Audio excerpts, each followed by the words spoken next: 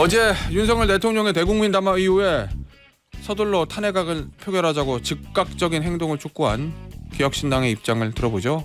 개혁신당 천하람 원내대표입니다. 안녕하세요. 네, 안녕하세요. 천하람입니다.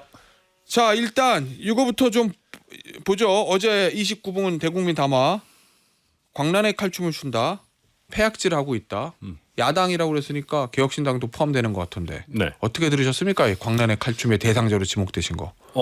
우선 그 주체구나. 광란의 칼춤 주체. 예. 뭐 저희가 언제 광란의 칼춤을 췄는지는 잘 모르겠습니다. 근데 뭐 예. 윤석열 입장에서는 기분 나빴을 수도 있겠죠. 근데 저도 담화를 쭉 보면서 어제 이제 윤석열 본인이 스스로를 변호하겠다 뭐 이런 얘기 기사 나오고 그랬잖아요. 예, 맞아요. 저는 그거 보면서 변론 전략이 혹시 심신상실인가 그런 생각을 했어요. 심신상실 주장을 하려는 건가라는 예. 생각이 들었고요. 그래서 너무 현실과 동떨어져 있으니까 그렇고 그다음에 이제 그걸 보면서 저는 조금 차분하게 한 두어 가지 정도를 생각했습니다. 예.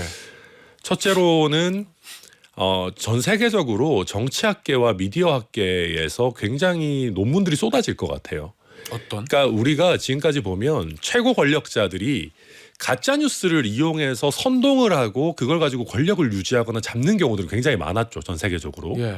그런데 최고 권력자가 가짜 뉴스에 본인이 선동이 돼가지고 가짜 뉴스의 피해자 겸 국민에 대한 가해자가 되는 사례는 저는 이번이 세계적으로 처음인 것 같거든요. 그러니까 부정선거 음모론을 자기가 직접 믿은 것 같거든요. 예. 선동이 된 거죠. 그걸 가지고 내란을 일으키는 말도 안 되는 일을 세계 10위권 국가인 대한민국에서 벌였다. 예. 이게 어떻게 가능했느냐라는 논문들이 전 세계적으로 쏟아질 것 같고 두 번째로 대통령에 대해서 신체 검사 같은 것들을 정기적으로 하는 걸로 알고 있는데 예. 그때 정신감정도 꾸준히 해야 될 것 같다. 신체뿐 아니라 정신도. 그렇죠. 아니, 왜냐하면 그건 정말 중요한 것이거든요. 특히 우리나라처럼 예.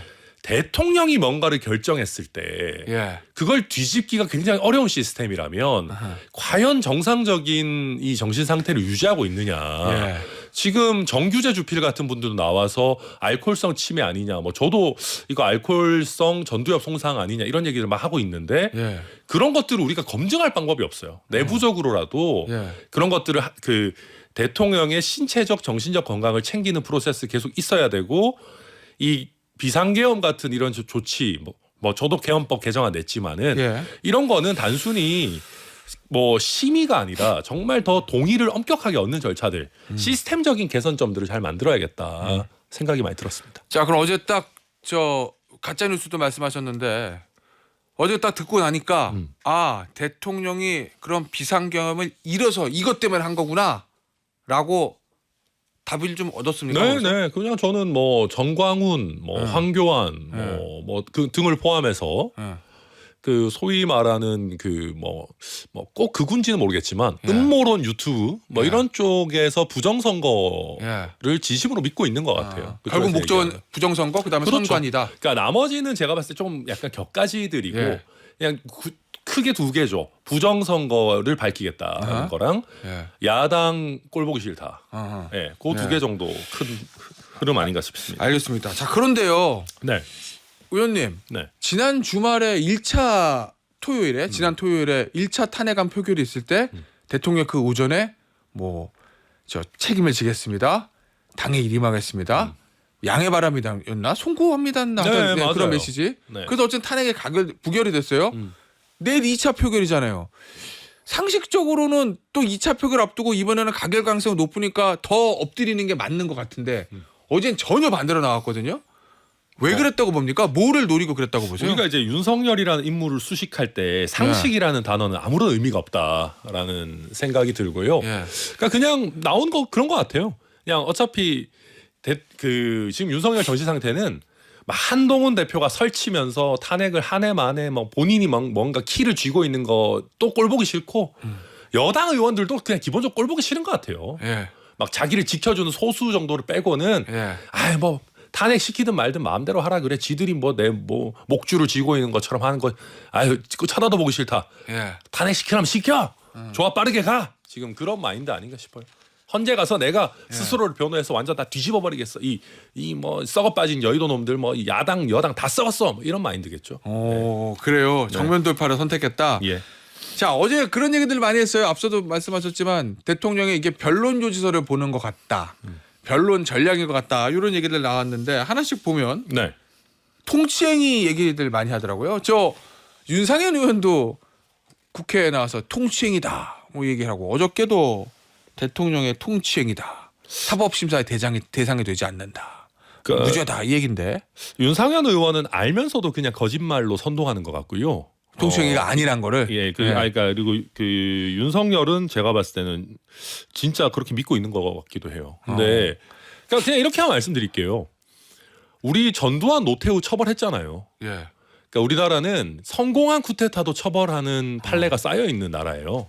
그러네. 성공한 쿠데타도 처벌하는데 실패한 쿠데타를 처벌 안 하는 건 말이 안 되고요. 그리고 예. 윤상현 의원이나 그 윤석열이 얘기한 그 판례도 예. 자세히 보면 결론은 이게 이제 원래는 통치행위인데 예. 근데 이게 위법하고 위헌인 게 명확하면 예. 사법적 심사의 대상이 되고 처벌받을 수밖에 없다라고 하고 실제 처벌한 사례예요.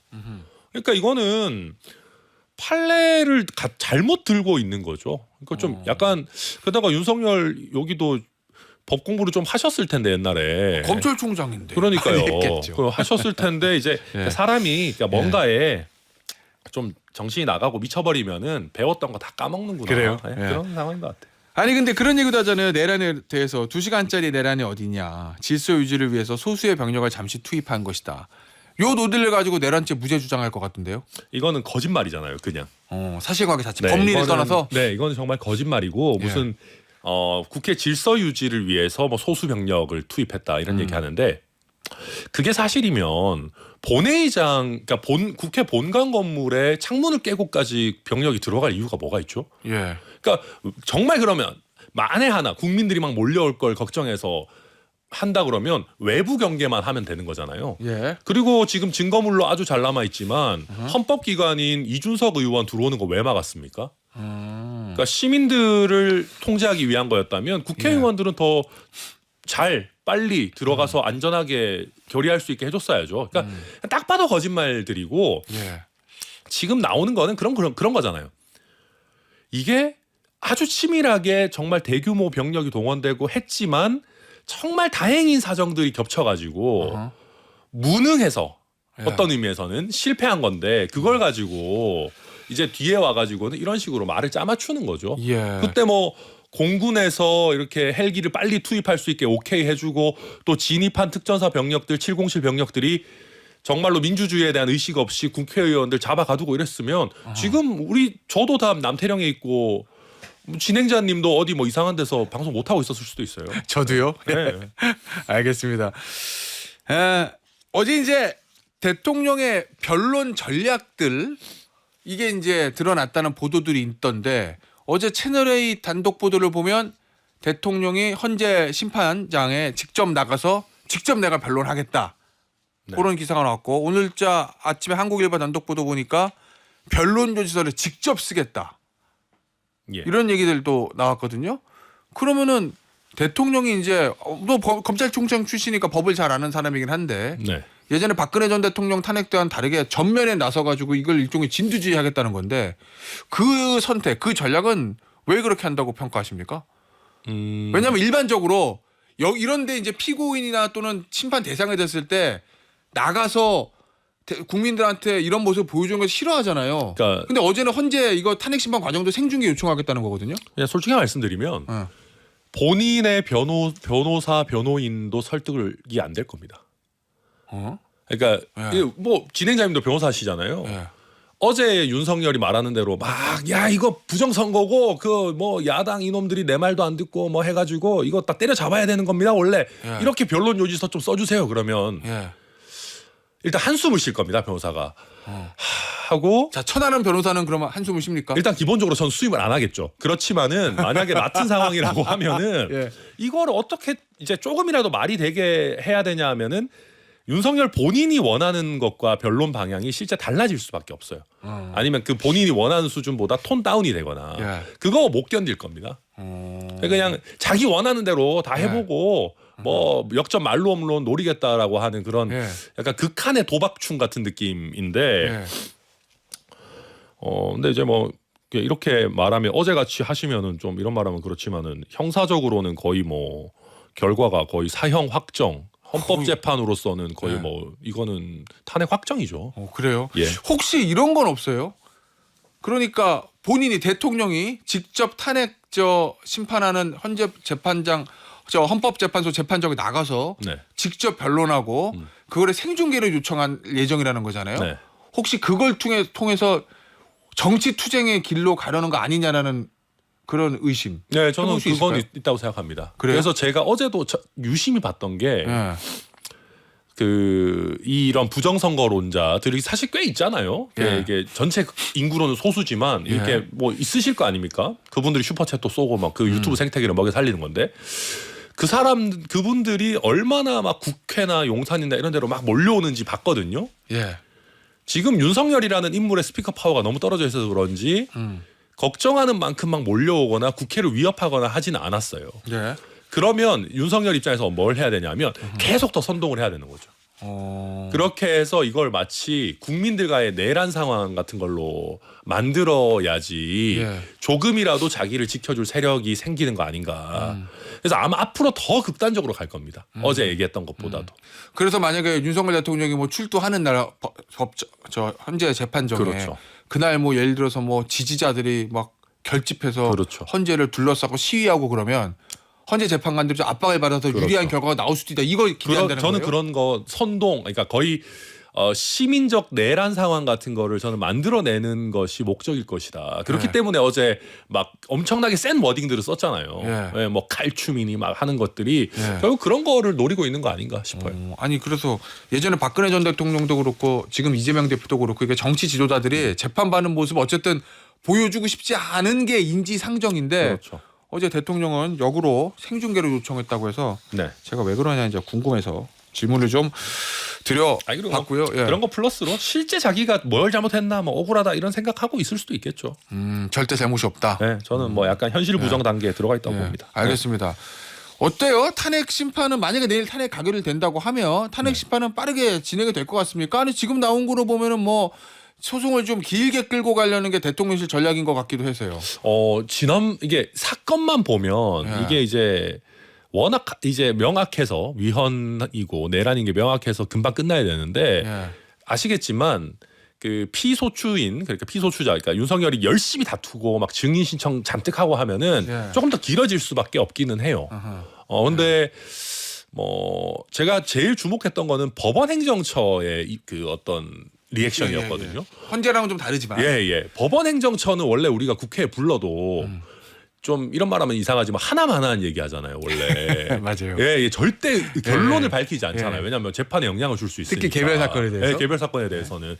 근데 법원 행정처장이 나와가지고 이거는 위헌이라고 그냥 아예 쐐기를 박아버리더라고요. 그래서 그 정도기 때문에 헌재 결정도 빠르게 되는 게 원칙일 건데 예. 두 가지 변수가 있어요. 첫째는 윤석열이 열심히 다투다 보면 예. 조금 시간이 길어질 수 있다. 두 번째는 이거는 헌재가 설마 그렇게 할까 싶긴 한데 나오는 얘기가 어떤 게 있냐면 옛날에 박근혜 전 대통령 사건 때는 탄핵 사건이 박근혜 탄핵밖에 없었는데 예.